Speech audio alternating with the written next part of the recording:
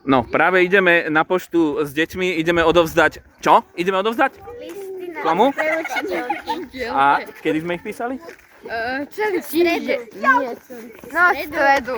Áno. A prečo píšeme zrovna pani Šelke Vlaďke? Lebo máme nám chýba. A je to naša bývalá učiteľka. Dobre, ukážte listy na kameru. Dobre, ideme na poštu. Ideme na poštu.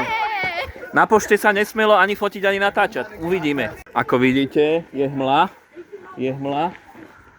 A my v takomto nehostinnom čase ideme na poštu.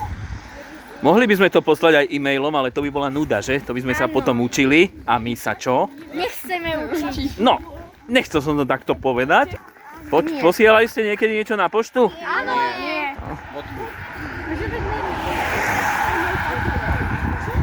Uvidíme, koľko bude stáť známka, lebo to platím ja.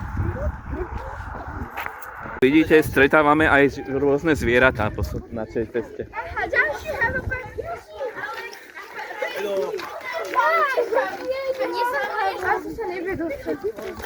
Ukáž, či máš dobrú adresu, aby to neprišlo niekde do Maďarska.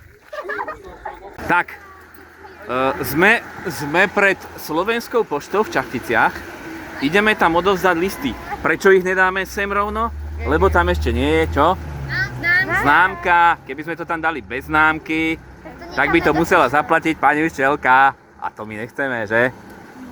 Takže musíme tam byť teraz ticho, lebo tam aj iní ľudia budú, takže nerobíme ostudu. Neviem, či sa tam môže vnútri natáčať. Asi nie.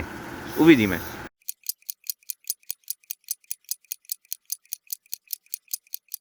Zdali sme listy, ale nemohli sme vnútri natáčať, lebo je to zakázané. Áno, na pošte sa to nesmie. Dobre, môžete doma tipovať keno a podobné, ale nechceme robiť reklamu. Ideme. Ako vidíme, Jadranská zmrzlina je zatvorená, dnes si tú zmrzlinu nedáme.